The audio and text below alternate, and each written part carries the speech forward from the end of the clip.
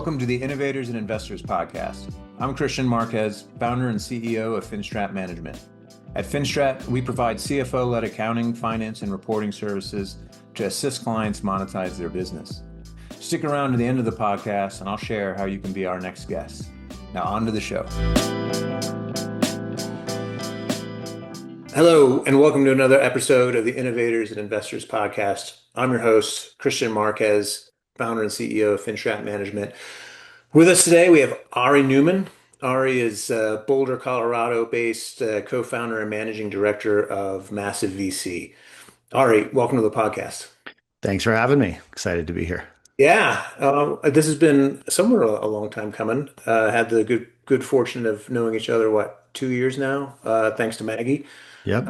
who I met at a Phoenix, Arizona founder event. But let's hop right into it. Let's start with Massive. If you can dial us into the investment thesis, it'd be a great place to start. Absolutely. Yeah. Massive is a now almost 6-year-old venture firm. We are deep tech investors.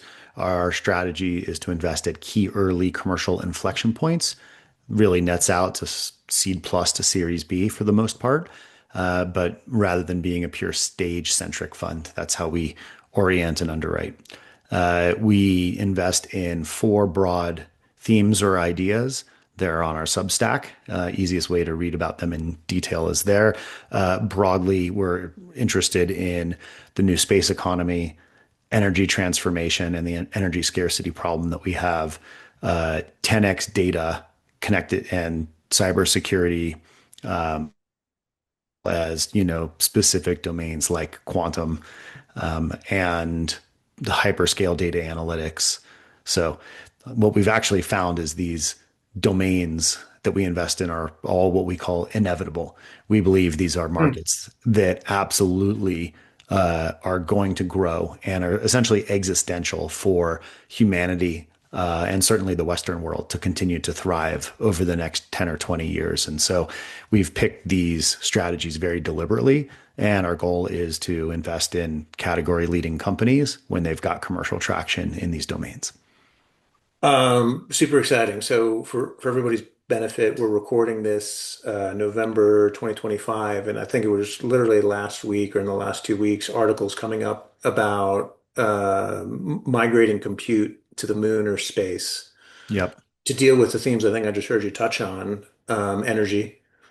But then, the next frontier. So what 6 years in, what was the inception? What motivated you to go down this road? Well, I spent the first part of my career as an operator and founder. I spent most of the prior decade as a investing partner at Techstars, investing in the companies coming out of the accelerators. And my co-founder, David Mandel, and I decided to start Massive together in 2020. And without getting into a super long backstory, we actually, looked at each other and knew we wanted to partner, knew we wanted to invest in great companies that were meaningful to us, that had huge scale. And we were also pretty sure that we didn't want to raise a fund. And for that, which ultimately have come to fruition and have been validating, although that's changing now, which we can talk more about later. But it allowed us to start to iterate and experiment, and really sort of stack up a lot of incremental gains and learning quickly. And so we actually started investing via our own capital via SPVs and inviting several folks to join us. That scaled really quickly from like 10 LPs with us to 60 plus. And so we learned a lot. We've run a lot of SPVs. We've also run structured funds. I was running structured funds at Techstars. David and I were 2 of the founders of the fund Rockies, which is now called Everywhere VC. So we were writing first checks into the Colorado ecosystem. And after all of these years of playing different roles, we really wanted to hone a strategy that was authentic to us, but also differentiated from the other, 3,000 plus firms that were out there. Can you recall at the time why you deferred the fund route? Yeah, I mean, there was a couple of reasons. And honestly, compared to today, it was an easier time to raise a fund. It was 2020 money, it was in the COVID era, money was free. We were not only was it ZERP, but they were handing out checks. And we were we were shocked, but we also knew that venture was already crowded. We also knew that typically emerging managers executing a fund one strategy, you're really auditioning for fund two. Mm, And the easiest way to put together a clear venture strategy is to have a thesis that's somewhat unique to you, but you become married to it for quite a long time. And we really didn't know what we wanted to be when we grew up, for lack of a better term. We knew that there were some domains we wanted to invest in, but we didn't want to limit ourselves. And a lot of either regionally focused funds or very narrow thematically focused funds, sometimes have a hard time capturing the best opportunities when they come to you. And so both the stage centric thing, as well as sort of, picking a lane and staying in it for 20 years. Like you can't raise a pre-seed enterprise security fund one and then go do a space fund two very easily. I suppose if you have a totally insane track record and have delivered in tons of DPI, and by year two, like maybe it's different. But and then we also looked at each other, and in 2020, like David and I looked at each other, we're like, well, we're two middle-aged white guys in Colorado. Like we're not even that interesting to the LP market right then. And quite frankly, I haven't made anybody $1 billion. mm, And I didn't come out of, I wasn't a Sequoia or Kleiner GP spin out. Those funds have an easier time getting up and running. And we looked at each other, and so we just knew that we wanted to be investing together. We mm. had a good amount of self-awareness, and we just wanted to figure out what felt right for us to capture the opportunity. And as we iterated through that, we got to where we are now. Well, so it totally makes sense. I mean, I think there may be a lot of aspiring investors out there who don't appreciate that landscape absolutely makes a difference, especially in the one that we're in today. And so having a track record as a professional manager absolutely makes a difference. What has been your experience with special purpose vehicles, highs and lows? What key takeaways you can share with us? Oh, wow. Um, incredibly SPVs are like an incredibly effective tool when used appropriately. And it's true that they can be a pain and have their own issues. And we could have an entire episode on the pros and cons of SPVs. The flexibility allowed us to be both opportunistic in our early days, as well as be adaptive to the market, to LP interest and demand, and to the way that deals were coming together. One of the great things that we were able to do with it was, and we looked at each other and we're like, okay, if we're going to deal with the extra overhead, the cat herding, the syndication, the tax and administrative overhead of the SPV, if you're going to deal with some of the drag, what are the advantages, and how do you take advantage? How do you leverage the advantages if you're going to deal with the pain? And the one of the greatest, pieces of leverage or advantage that I think SPVs can have is that you're essentially operating a fund of one. Things like an ownership target or the stage, Mm, uh, or exactly how much you own, or when you're getting onto the cap table of a company, it's very different than a fairly tight fund strategy, right? And so you can be more opportunistic. And being opportunistic means if there's allocation to be picked up in a great round, or if there's something that fits your thesis that you would have had to pass on if you had a different structure, it opens the door to take advantage of those opportunities. And that can be true both on the way in and on the way out, right? And so depending on the opportunity that we found, our underwriting and what we expected performance-wise out of that investment could be different. mm, This allowed us to get into some truly incredible companies early and really learn about both our LP appetite, hone and build networks in domains that we were interested in, and get some runtime with great leaders. Whereas David and I spent the year, or now 2 years it takes to go raise a fund one. It's at least 2 years now. Um, if we were to go spend 2 years to raise the fund one, and we were largely out of market or not really deploying for at least the mm, first year of that, we would have missed a number of great opportunities. And that's fine. Like every single manager can't do everything, but we wouldn't have gotten the reps. We wouldn't have built the LP network the same way, and we wouldn't have started to build our brand and market visibility in these domains for at least another year or so. Um, So it sounds like an endorsement for any aspiring manager to consider pursuing an SPV to get started. I don't know that I would say it's an endorsement. I say it's an option. Okay.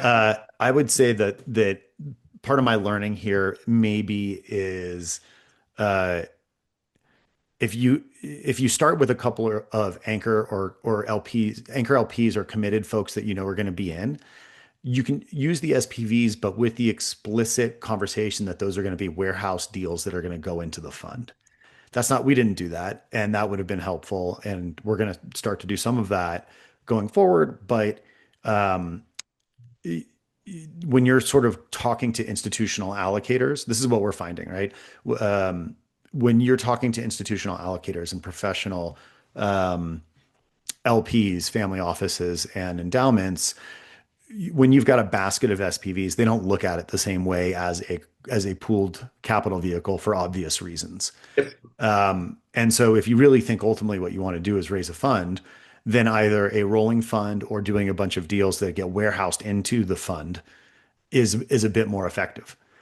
We weren't sure that we wanted to raise a fund. We had a thesis about investing at key inflection points. We knew that the right time to get onto a cap table was when a company had solved at least one of the multiple vectors of risk. There's team risk, there's market risk, there's product risk, regulatory risk in some domains, all these vectors of risk. And uh, what we ultimately wanted to figure out was how do we build a venture platform that allows us to capture almost all of the upside, mitigate some of those vectors of risk, and ultimately deliver a portfolio that has a lower loss ratio than a traditional early stage, you know, power law return structure. And we didn't have the formula when we started. So SPVs allowed us to build and execute and iterate to get to that formula. And I couldn't have done it if we had done like a $20 million fairly narrow fund one, I think. Makes good sense. Okay, so good segue then into sourcing and picking. Hmm. You mentioned now this concept of commercialization at an inflection point. Yeah. How do you define it, and where do you find it? Yeah. So we've developed a rubric, for lack of a better term, of five different scoring criteria. I'm not going to go super deep into it here, but what we found is investing in deep tech domains like space or energy, or data or AI or quantum. The way that those products and industries evolve, you can't use the same rubric like you can looking at SaaS and applying the rule of 40. Yep. A space company, again, whether it's launch or technology or infrastructure or picks and shovels components, the evolution from lab to market to commercial traction to scalable orders is going to look different. If you're looking at quantum, which is a super exciting industry, but very nascent, even though we have, multi-billion dollar quantum compute companies, it's like still a very nascent industry. And people still get confused that quantum timing, quantum networking, and quantum compute are not all the same. So what we ultimately figured out was a rubric, which is different scoring criteria based on the domain or what is going on with the company, and which of these criteria is it commercial orders? Is it industry mode? Did they solve distribution, for example? Has the team risk been mitigated because they're multi-time founders that have been working together? Are the ultimate buyers like lining up because they can't find the product anywhere else? And do you have LOIs, or do you have deposits and orders, and are you manufacturing? And in a lot of cases, early stage deep tech investing, the data is really limited. Hey, the IP is interesting. Somebody has an SBIR grant or some government interest. Someone said, if this thing works, I'll buy it. But it still could be 10 years before you're at Sure. commercial scale, especially with space companies that don't have flight heritage. If it costs you $20 million to put up a test satellite, you're a pretty long way from knowing exactly where those real inflection points are going to come. And so we use a series of criteria. Basically, we score the companies against that, as we due diligence, and the companies have to meet a certain score in a certain domain for it to be yes or no for us. Okay. I want to come back to how massive wins Hmm. deals, but before we do, portfolio construction. So I imagine it's a topic that David and you have been spending a lot of time thinking about in the setting of raising a fund. Um, I'm curious. There's arguments on either side of having a concentrated portfolio versus a diversified. But when I think about founders who have manufacturing, it's a lot more capital intensive. Hmm. And hence, maybe there are fewer deals because you have a bigger set aside or follow on in the fund. What conversations you've been having and how are you thinking about structure? Well, I think there's two questions here. You want me to talk about how we win, or portfolio construction? Let's start with construction and then we can come Right. back. Sure. I mean, the strategy for us with our new fund is, we're targeting a fairly concentrated portfolio of 20 positions. We do have a very heavy reserve strategy given the domains. Mhm. We also know that our inflection point strategy is proving the thesis is proving itself out. And so, investing in these companies, even if you own a little bit less at these key inflection points, means that a lot of those early iterative cycles where there's two, three, four seed rounds, right? Like we all know the myth. Everyone thinks there's a pre-seed, a seed, a series A, B, et cetera. I mean, there could be five seed rounds. Sure. There could be two priced seed rounds and three safe rounds in between. It takes as Mhm. long as it takes to make the turn. Yep. And The ones that help you our do the strategy stuff is you to do invest not when want to companies do. have sorted through a So bunch of that, calling which means people the just to ask follow-on them checks don't questions get consumed about in what is continuing your, to fund the experiment problems to that you're see that if they can you're become commercially facing, viable. or potential solutions that Got you're it. looking So, at. it's interesting. I think maybe We there's know a that a lot stereotype of that people see this as one of the founders biggest who hurdles to have take. hardware-based Just solutions picking are the up the domain of phone and corporate venture start capital calling funds, random but people to obviously that's have not this the case. And conversation. I imagine there are a lot of LPs out there who don't already know about Massive, would love to learn more. So Yeah. help us if you can, or shed some light on the stereotype. Do you find that, you do a lot of co-investing with corporates, or um, no, on the contrary, this is actually a pretty wide open field. We, uh, we do find that corporates love to be involved in a number of deep tech domains. There's a lot of corporate co-investment in space, in dual use and defense, in energy. Absolutely. So we do see them, and we are in the same rounds with them very often. And So so when earlier you had mentioned that you've, 6 years in now, the networks have mm, expanded. I'm curious, have you deliberately sought out corporate venture partners? Does it happen, or co-investors, or does it happen in the normal course? I think it really depends on the company and the domain. Absolutely. Like if we're in diligence with a space company and we think it could be a fit for a particular corporate venture arm, or it could be a fit for like in space or defense, InQtel, Lockheed, Airbus. There's folks like 8090, which are family office investors, but super active as well. We've also seen insurance and reinsurance companies get involved in deep tech domains. My experience there is not amazing, but sometimes they're great partners. I think that the best configuration is for corporate venture to partner with institutional venture firms, so that there's alignment, and then also corporate venture does have a little bit higher leadership turnover, or active investor turnover, and so the continuity, GPs and funds are usually around for a long time, and so that partnership is also helpful to create continuity for the company. So Yeah, I mean, given obviously that LPs can't invest in corporates, yep. VC, or maybe the rare exception if there's a hybrid, that it sounds like having a relationship with a firm like yours is extremely beneficial. Yep. All right, so Yeah, that's right. I mean, the best way for LPs to gain exposure to the kinds of companies we're investing in is obviously through a fund platform like ours.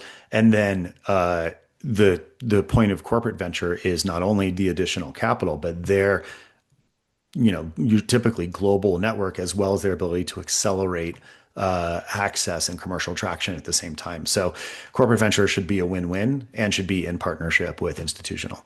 100% agreed. I mean, we've been fortunate to have a number of corporate VCs on the podcast, Mm, and that's absolutely a reoccurring theme. In fact, I'm a bit bewildered that more founders don't pursue CVCs on their right. cap.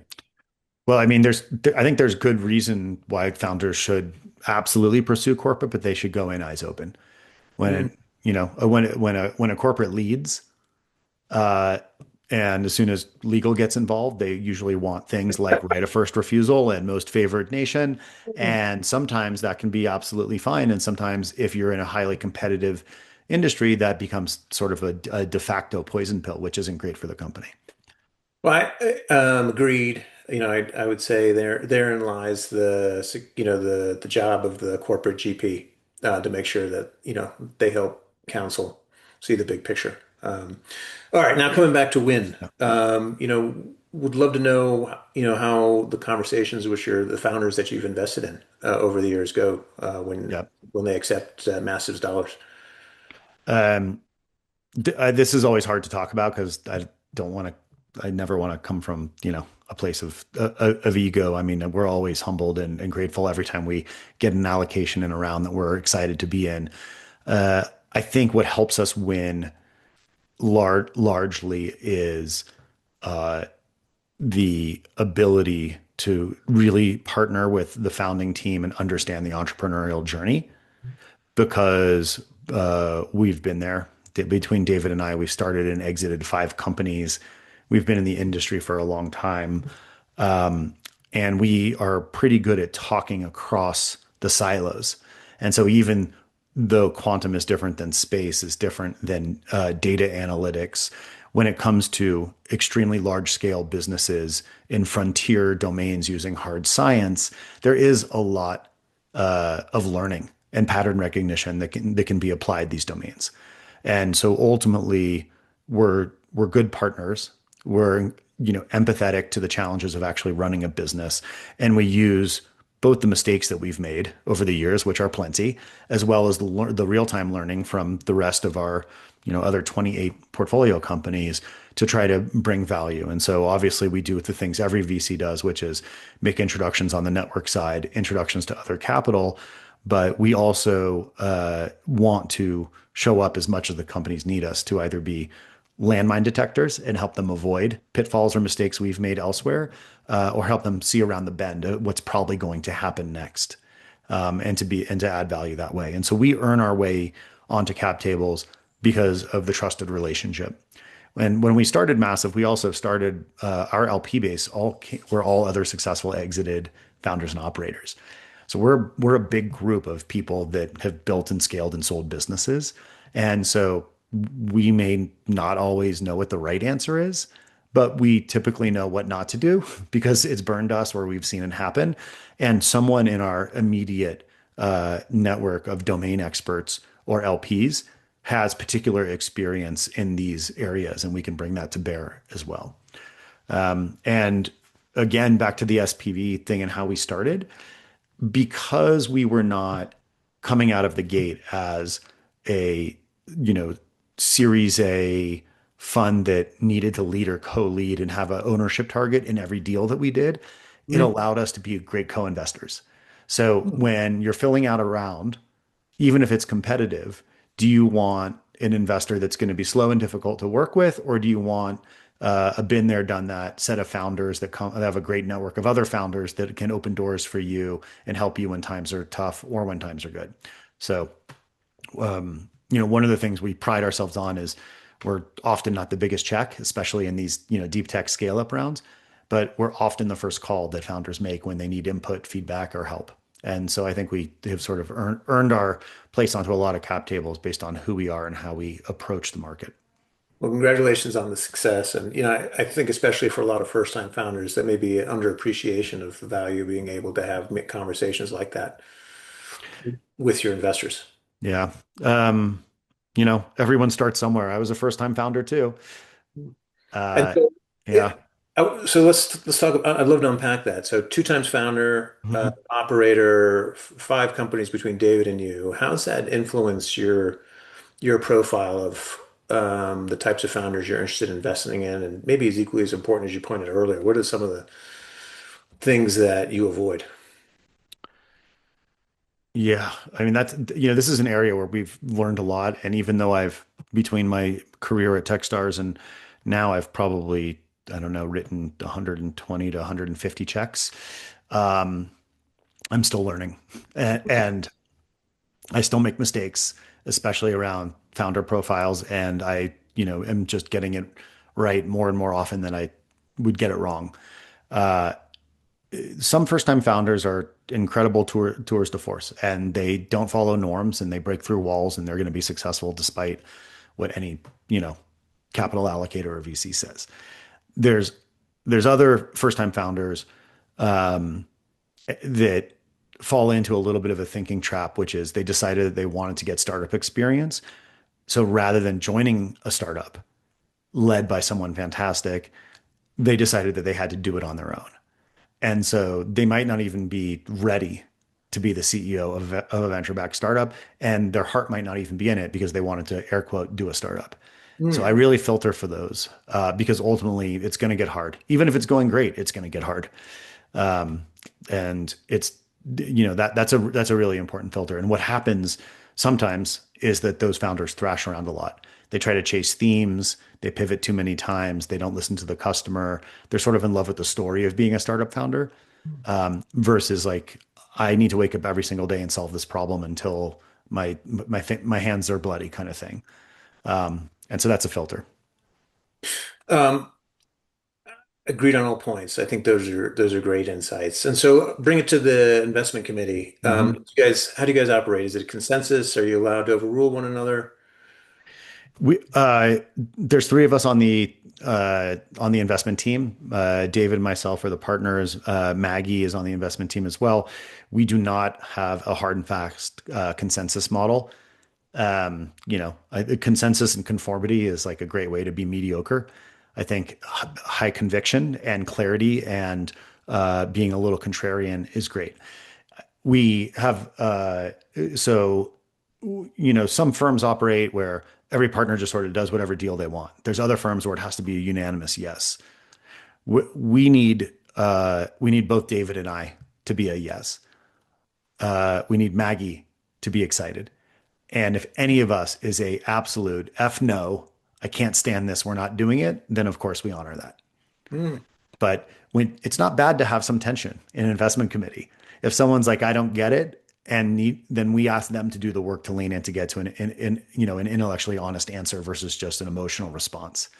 If there's a reason that one of us really doesn't want to be in this company, this deal, or work with this founder, we absolutely respect that. So it's not exactly like, universal consensus, but it's also not everyone does what they want. Uh, it totally. I think tension's a great word because if there's unanimous, agreement that something is a great investment, then odds are maybe it isn't, given the asset class. Um, Yeah. And I've been around investment committees and environments where consensus was required, and it ultimately becomes, um, I think it becomes. I'm trying to think about the right word. Um, the deals that get done are the obvious ones, mm, and the that's a good one, way. and because if somebody doesn't understand, especially in deep tech or advanced technologies, uh, if there's somebody that doesn't get it, like or they did one deal 4 years ago and they got burned and they just don't like the domain, but they're not willing to do the work to really see what the partner that's excited about it is, then those sort of outlier opportunities get thrown out. And it's the obvious companies. It's the incremental B2B SaaS company. It's the incremental fintech. It's, the 25th like cost effective launch company even. But you end up with obvious if the team isn't really willing to either trust the person that has super high conviction or do the work. Yeah. And then, the odds of generating above market returns decreases. So curious, really exciting. I have the benefit of knowing that you're kicking off a fundraise. I'd love to know how you're thinking about legacy. Many, people who aren't as familiar with the investment asset class don't appreciate that the fund life, it could be, 10 years, if not longer. Yeah. And so how are you thinking down the road in terms of massive evolving? You're the first person that's asked me that. Oh, uh, at least in the last year or two. We're so heads down focused on getting the fund up and running that we're thinking about legacy is down the road. Um, but David and I both, well, we're very much on the same page about this. Massive is an idea. We believe, and not to come back to the pitch, but we believe that investing at early commercial inflection points in inevitable deep tech domains is going to significantly outperform a lot of the asset class, and we have high conviction on that. We also know that it's not about us as individuals. We're happy to be the catalysts, mm, and we want to be here as long as we're able to do good work and invest in great companies. But massive uh, can live on after us. And if we're at retirement age in 30 years or whatever, and it's time to hand over the keys, I think we would be entirely open to that. We are not thinking that we're shutting the firm down when one of or the two of us is ready to be done. But we don't really think about that. Like we don't spend time on it. Right now, we're in building mode, yeah. right? I It's like love this is the same question of asking a founder who's raising a Series A when they're going to sell the company. Like, well, I that's bet not some she'll give you an answer. and by the way, any CEO that says I'm going to sell the company in 4 years for Y dollars to this buyer, like Hmm, probably move on to the next deal. I think it's good counsel. Um, Yeah. Ari, ton of great insights in here. Really enjoyed our time together. Before we wrap up, enjoy doing a retrospective. So, long, successful career, now entering the next stage. As you reflect back, just macro lessons you've taken away, and is there anything that you would do different? If so, what? Yeah, that's a great question. I've been incredibly fortunate to work with some truly incredible people and work in a number of different domains over many years. And I've learned a lot from those people in all of the different domains and taken that with me. And so, is there anything I would have done differently? I would say yes, absolutely. In every single job, in every single company, there's things I would have done differently. Okay, Because the benefit of hindsight allows you to sure. sort of see what you were missing. And so I have anecdotes and stories going all the way back to the dot-com era about that. And at the same time, would I trade the experiences that I've had and what I've learned? No, never. It's been incredibly rewarding to get to build Internet 1.0, social media 1.0, help build Techstars, to invest in these world-changing companies with someone I deeply respect. I mean, no, I wouldn't trade it.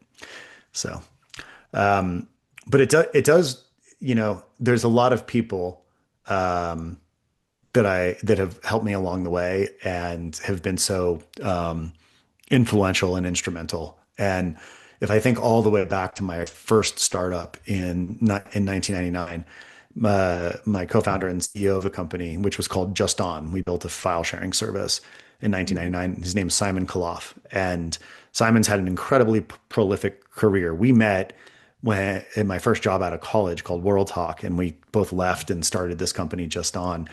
Um, he was the kind of person that sort of set the bar for what a partner and a leader could be it for anything else in my career. And even though I was really young and very naive, he showed me what it felt like to have like a truly trusted partner. We were a four-person company building Internet 1.0 infrastructure. I didn't have formal training. I was a self-taught Linux admin, and Mm, it was a startup. We defaulted into roles where we had natural skill sets. I owned networking and infrastructure. I lived in the data center. Somebody else owned the front end, and someone else wrote the database. So I had to figure out how to build web scale file sharing with no experience. And all I got was support and trust and other people believing that I could figure it out instead of judgment and fear and uncertainty and micromanagement. And it was a lot of pressure, but it also taught me so much about what trusted, supportive partnership looked like inside of a small team. And that stayed with me throughout my entire career. Mm. Um, I mean, excited, happy for you. I mean, I'm sure there's a lot of founders out there who wish they had met their Simon earlier on in their career because absolutely, we have the good fortune of working with a whole host of companies today, and we have a number of co-founder pairs where you can just see how well they click. Yeah. And trust is a great word. There's so much that needs to be done. Yeah. That knowing that your partner's got it is, I mean, I don't know that it could be a different way unless you can figure out how to go without sleep. And it comes full circle. The reason that David and I partnered to build Massive together was because that same deep level of trust was so fundamental to building a successful firm. Love it. Well, maybe it's Simon and David, but I'd still love to afford you an opportunity to give a shout out to anyone personally, professionally, who's had a meaningful impact on you over the years. Yes. Aside from Simon and David, and certainly, like during my time at Techstars, Brad Feld, David Cohen, Nicole Claros, my team at Techstars, like we all were building together, and that they were all amazing partners as well. And it's funny. I just reconnected with Dave Hirsch, who was the CEO of Jive Software when Jive acquired my other company, Filterbox. Hmm. And Dave is now doing really amazing things on the coaching and leadership side.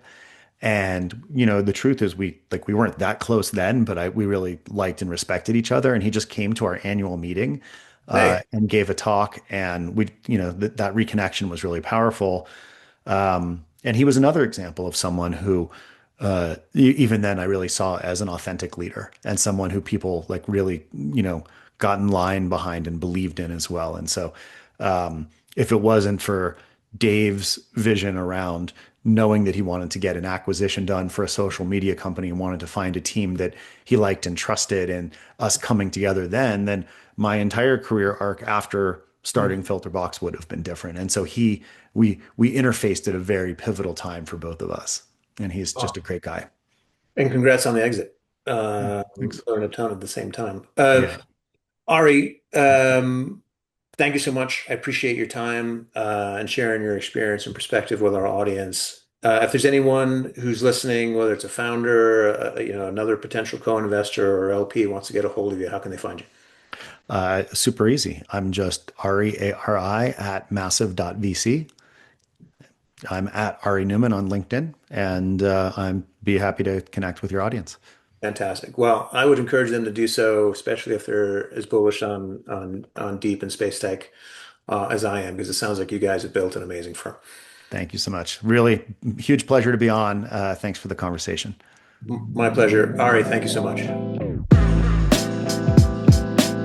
Kristian Marquez here.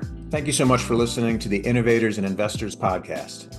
If you're a successful founder or an investor who would like to be on the podcast, please visit podcast.finstratmgmt.com/podcast-guest. If you've got something out of this interview, please share this episode on social media. If you know someone that would be a great guest, please tag them on social media to let them know about the show and include the hashtag Innovators and Investors. I'd love to see your posts and suggestions. We're regularly putting out new episodes and content. To make sure you catch each new episode, please subscribe to the Innovators and Investors Podcast. And your thumbs up, ratings, and reviews go a long way to help promote the show, and it means a lot to me and my team. Would you like to know more? Go to our website, finstratmgmt.com, or follow us on LinkedIn or on X. Our handle is @finstratmgmt. This is Kristian Marquez. Thank you for listening. Until next time.